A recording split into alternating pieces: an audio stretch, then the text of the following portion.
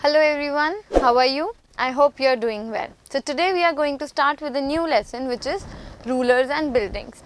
So far we have learnt about how different kind of dynasties came and settled in India and they started to rule in the Indian subcontinent. But what kind of buildings did they make? So let's have a look. So in this chapter let's see what we are going to learn. We are going to see an introduction, then we'll see engineering skills and construction. What were the engineering skills and construction techniques that were used to make the den buildings? Then we'll see building temples, mosques and tanks. So these were the major type of buildings and construction sites that were constructed and built at that time. We'll see why temples were targeted as new dynasties, new rulers and emperors were coming. They were targeting and destructing the temples. So why was that?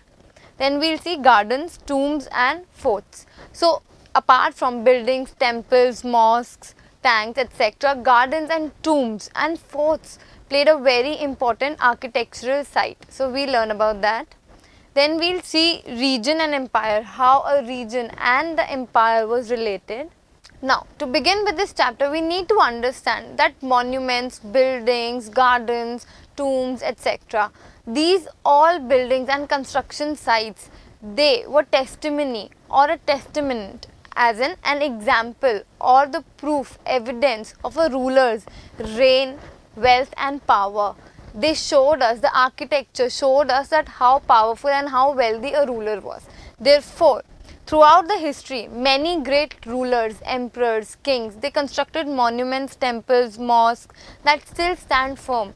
As you can see, the fort, the Agra fort, the Red Fort, the forts in the Rajput region of Rajasthan, etc. They all tell us the histories of the great rulers and emperors that led the kingdoms at that time. At the same time, they are an evidence, they are a proof of the power and wealth that the then kingdoms used to possess. Even in medieval times, the construction architectural techniques were ahead of their time. So, as you can observe that even today, these fortresses, these big monuments, they stand still. So, it gives us an evidence, it tells us that the architectural techniques, the material, the resources that were used in order to build and construct these sites, in order to construct these sites, it was way ahead of their time. It was nothing like that the resources were not of good quality, but they still exist. Therefore, they tell us that the techniques were very efficient. They serve as an inspiration to many in modern time as well, not just in the front of architecture, but in the front of literature, art and culture as well.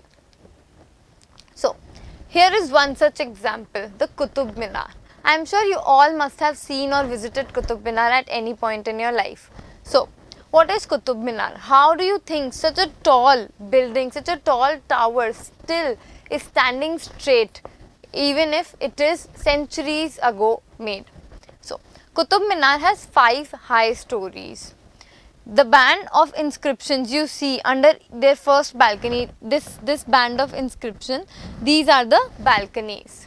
The first floor was constructed by Qutbuddin Aibak and the rest by Iltutmish in the year 1229. Over these years, this beautiful building has been damaged and destroyed by many natural calamities such as earthquake, lightning, thunder, showers, etc. But regularly, the emperors such as Alauddin Khilji, Muhammad Tughlaq, Firoz Shah Tughlaq and Ibrahim Lodi, they have taken upon them to conserve and preserve this beautiful monument.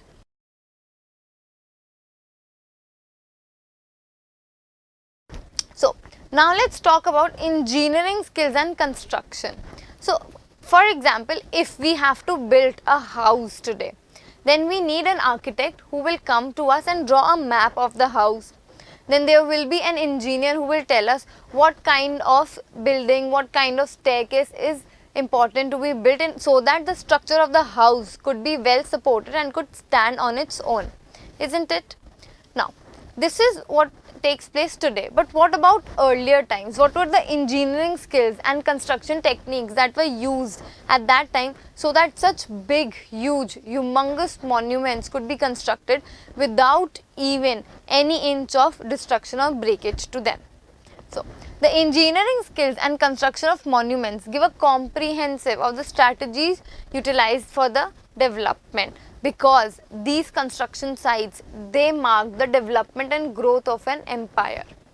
Between the 7th and the 10th century time frame, a lot of draftsmen, architects, they added more windows, entryways to rooms to the structures. That was given so that a proper ventilation system and a proper exit and entry system could be provided to these huge buildings. Rooftops, windows and entryways were developed by putting a flat pillar across two vertical sections. So what used to happen, for example, if you have two walls, a flat vertical section or a horizontal section would be placed so that rooftops, windows and entryways could be formed. So, this style of engineering was called corbelled. So, this style of engineering of making entryways, doorways, windows, etc. is known as corbelled. It was used in the development of sanctuaries and mosques. There were mainly two technologies and stylistic advancement in the 12th century. They were known as the arcuate architectural form. They were linked with the new development and techniques that were made to construct these new forms of forts, mosques and buildings. Now, the question is, what used to happen in this arcuate form of architecture? So, these advancements, they used to use limestone and stone chips mixture to fasten the construction process. So, for example, today we use cement in order to stick the bricks together, isn't it? But at that time, limestone and stone chips were mixed together so that the construction process could be faster and completed quickly. The integration of Indian style architecture structure with the Persian style was very prominent and loved by everybody. So as you can see in our buildings, forts, monuments today, there is a mixture of the Indian style of architecture as well as the Persian style. The Persian style consists of gateways such as this, whereas the Indian style makes sure that there are enough entryways, doorways, windows, etc. So, here in these images you see two such sites. So, the first one is Quwat al-Islam Mosque in Delhi, which is made in the late 12th century, and the second one is the corbelled technique used in the construction of a screen. So, as you see here in the corbelled construction technique, the bricks are laid on one another and stuck by a mixture of limestone and chips so that the construction process is fastened. So, here is an image of a temple which was constructed in the early 11th century. Now, let's talk about how these great humongous temples were built. So, here is an image of a map or plan of a temple that shows us how detailed a temple design used to be. So, there is an entryway which leads to a hall where the main deity was placed, the god or the goddess was placed. So, in this image, the chief deity was kept in the main shrine, which is known as the Garbhagriha, as we have learnt about the Garbhagriha in the previous classes. So, as soon as you enter, there is a main deity where the image of the god or goddess is placed, and that place is known as the Garbhagriha. Then there is a hall in which the family members of the ruler, the other people who used to come and pray, they used to get gathered there and celebrate. So, one such temple is known as the Khajuraho complex, which is contained of royal temples where commoners were not allowed, only rulers and kings were allowed to pray.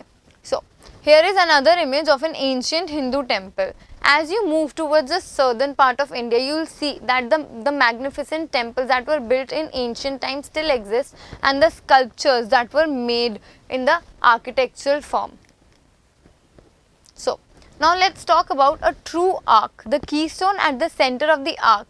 So, how did they used to make such walls where there was a window or a door? How did this kind of technique came into existence? Let's see. So, in the earlier times, a true arch, the keystone, was formed at the center of the arch, and that transferred the weight of the structure on the base of the arch. So, for example, if you have to build something over it, over the roof. Then there had to be an arc. So all the weight was transferred to this point of the arc so that the wall did not come down. So this was known as the true arc. In this, the keystone, here do you see the keystone? At the center of the arc, it transferred the whole weight, the weight of these things was transferred. So the superstructure, the base of the arc, it did not fall. A true arc detail from the Alai Darwaza, which was made in the early 14th century. So as you see that here, this building is constructed and the roof is at the top, it is settled because there is an arc and there is a key point which is actually taking the burden of the whole weight and it stops the roof from falling down. So these kind of techniques were used in the construction of temples and mosques. So here is an image, a painting from Akbarnama that shows the construction of water gate at the Agra fort. To watch the complete video, download the UpBind educational app from Play Store and App Store.